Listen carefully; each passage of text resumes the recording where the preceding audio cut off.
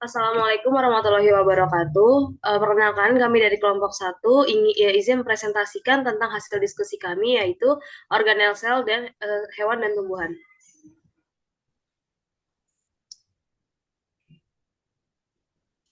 Berikut ada anggota kelompok. Yang pertama ada Gisa Putri Fajarani, yang kedua ada Ramadhanu Laksono, ada Nilatino Fusutisna, dan saya sendiri Teresa Marcelina Siregar.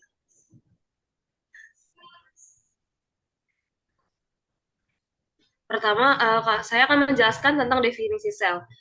Menurut kami, sel itu adalah unit terkecil penyusun makhluk hidup yang termasuk manusia, hewan, dan tumbuhan.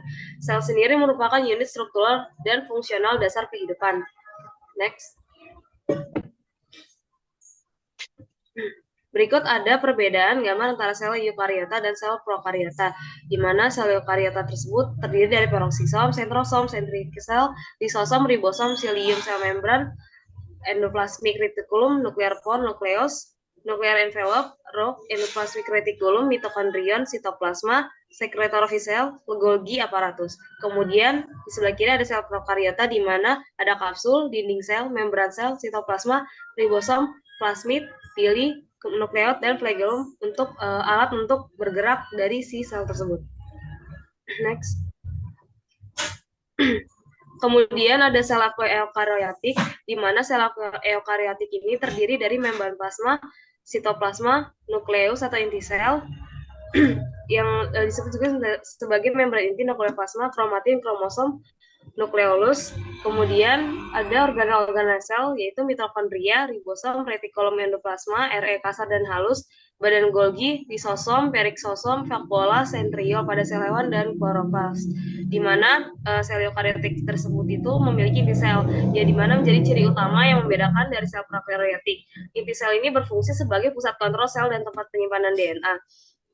Kemudian sel eukariotik juga memiliki berbagai organel sel yang tadi disebutkan seperti mitokondria sebagai penghasil energi, retikulum endoplasma sebagai sintesis dan transportasi protein serta lipid, badan Golgi sebagai modifikasi dan pengemasan protein, lisosom sebagai pencernaan intraseluler, kemudian sel eukariotik itu sendiri itu ditemukan pada tumbuhan, hewan, jamur, dan protista dan dibagi menjadi jenis utama seperti sel hewan dan sel tumbuhan yang memiliki beberapa perbedaan struktur dan organel. Next.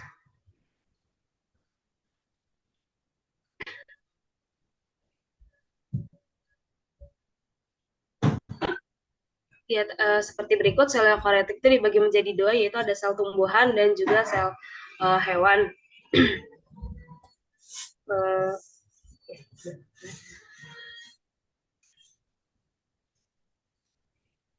Untuk membran sel sendiri, struktur membran sel itu terdiri dari sel tipis yang membungkus sel dan mengatur keluar masuknya zat. Terdiri juga dari susunan protein dan lipid. Dari fungsinya membran sel sendiri adalah melindungi si sel dari lingkungan luar, mengatur keluar masuknya zat sebagai pembatas dan pengatur transportasi, menerima rangsangan dari luar karena adanya reseptor di atas permukaannya, kemudian menjaga stabilan lingkungan dalam sel atau homeostatis, dan berperan juga dalam komunikasi antar sel melalui protein membran. Next. Berikutnya adalah inti sel. Di sini ada struktur inti sel, membran inti dibungkus oleh membran inti yang memisahkan isi inti sel dari sitoplasma. Neoplasma, cairan kental di dalam inti sel yang mengandung kromatin atau DNA dan protein. Nukleus, struktur di dalam inti sel yang berperan dalam ribosom organel yang terlibat dalam sintesis protein. Fungsi inti sel yaitu inti sel atau nukleus berfungsi sebagai pusat kendali sel, aktivitas sel, dan penyimpanan materi genetik. Dan di sini ada badan Golgi. Fungsi badan Golgi adalah organel sel yang berperan dalam modifikasi, pengemasan, dan pengangkutan protein dan lipid, serta pembentukan lisosom dan peroksisom. Dan di sini ada struktur bagian Golgi, serangkaian kantung pipih dan terikat membran yang disebut kisterae yang disusun dalam tumpukan yang disebut tumpukan Golgi. Dan berikutnya ada tumpukan Golgi memiliki dua bagian, yaitu bagian cheese uh, atau biasa disebut menerima vesikel dari retikulum endoplasma dan bagian trans mengirim fleksibel ke bagian dari sel atau keluar sel. Dan di sini ada mitokondria. Mitokondria fungsinya memproduksi energi ATP. Mitokondria bertanggung jawab atas pembagian besar produksi ATP molekul yang berfungsi sebagai sumber energi utama bagi sel. Ada respirasi seluler. Mitokondria berperan dalam proses respirasi seluler di mana glukosa dipecah untuk menghasilkan energi. Ada pula apoptosis. Mitokondria juga berperan untuk proses apoposis, yaitu kematian sel berprogram.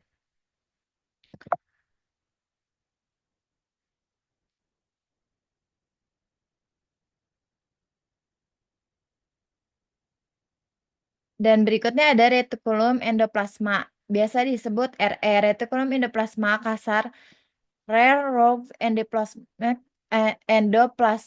reticulum, dan retikulum endoplasma halus SER, smooth endoplasma mystericum.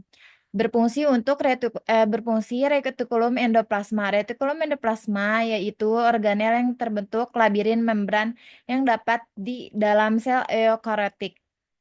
Dan yang kedua, DRE merupakan bagian dari sistem transportasi sel dan memiliki beberapa fungsi, diantaranya sintesis protein, penyimpanan lipid, dan metabolisme lipid. Di sini ada sitoplasma. Fungsi sitoplasma yaitu cairan yang mengisi sebagian besar sel di luar inti sel dan mengelilingi nukleus. Dan yang kedua, penyimpanan bahan-bahan untuk metabolisme sel seperti gula, lemak, air, dan protein.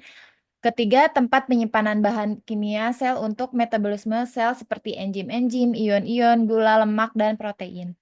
Yang kelima, tempat organel sel menjalankan fungsinya. Dan yang terakhir, memberi bentuk pada sel dan pada suatu sel. Berikutnya fungsi lisosom, mencerna bahan-bahan yang masuk ke dalam sel baik dari luar maupun dalam sel. Yang kedua, mendaur ulang termasuk menghancurkan bagian sel yang rusak.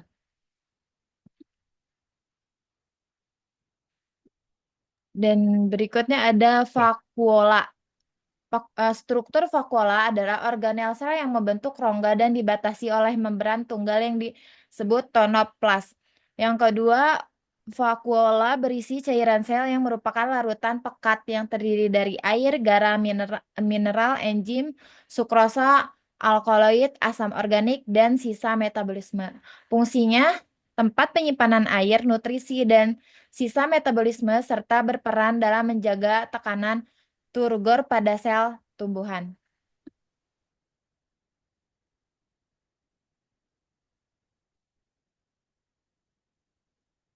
Baik, kloroplas terdiri dari membran ganda. Kloroplas memiliki membran ganda, yaitu membran luar dan membran dalam. Yang kedua, ruang antar membran. Ruang antara membran luar dan dalam. Lalu yang ketiga ada stoma, cairan di dalam membran dalam yang mengandung DNA, ribosom, dan enzim untuk reaksi gelap fotosintesis. Ada tilakoid, sistem membran pipi di dalam stoma, tempat berlangsungnya reaksi terang fotosintesis. Lalu ada gerhana tumpukan tilakoid. Kloroplas berfungsi sebagai fotosintesis. Kloroplas adalah tempat berlangsungnya fotosintesis, yaitu proses pengubah energi cahaya menjadi energi kimia dalam bentuk glukosa.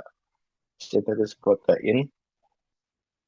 Kloroplas juga mengandung ribosom dan DNA, sehingga dapat melakukan sintesis protein. Next. Dinding sel. Dinding sel terdiri dari polisakarida, selulosa, pektin, dan hemiselulosa. Terdiri dari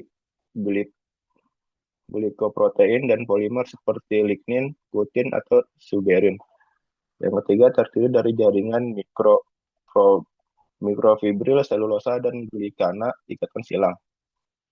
Yang keempat tertanam dalam matriks polisakarida yang polisakarida pektin yang sangat berikat silang. Fungsi dinding sel yang pertama menentukan bentuk pada sel dan kekuatan pada tumbuhan.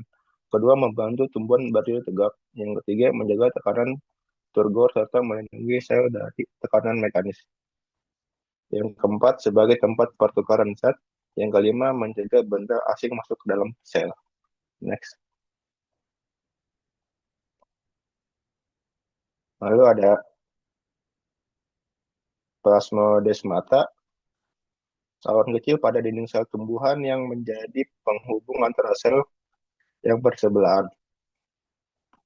Membran plasma dari sel yang bersebelahan akan terhubung dan di dalamnya terdapat perpanjangan retikulum endoplasma serta sitoplasma.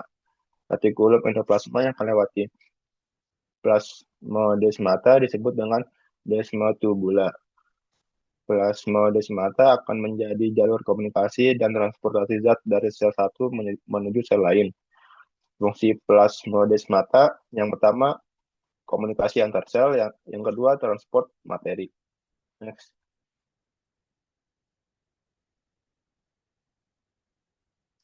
Lalu di sini ada tabel perbandingan sel hewan dan sel tumbuhan.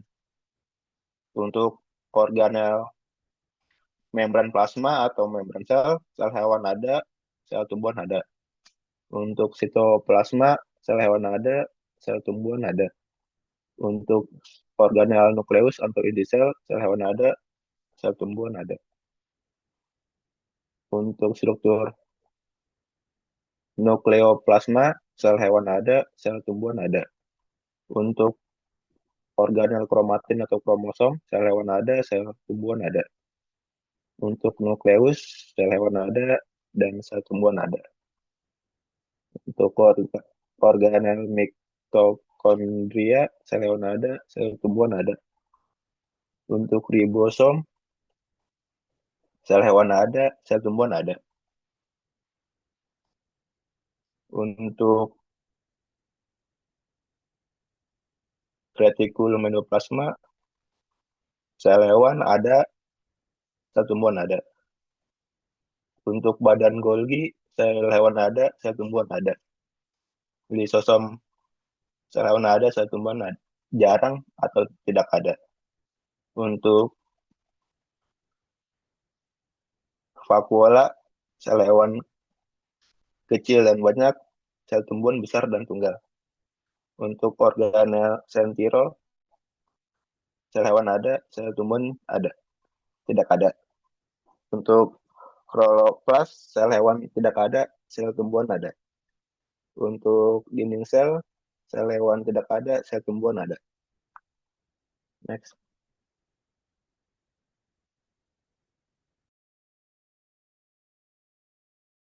Sekian presentasi dari kami, kurang lebihnya mohon maaf. Terima kasih. Assalamualaikum warahmatullahi wabarakatuh.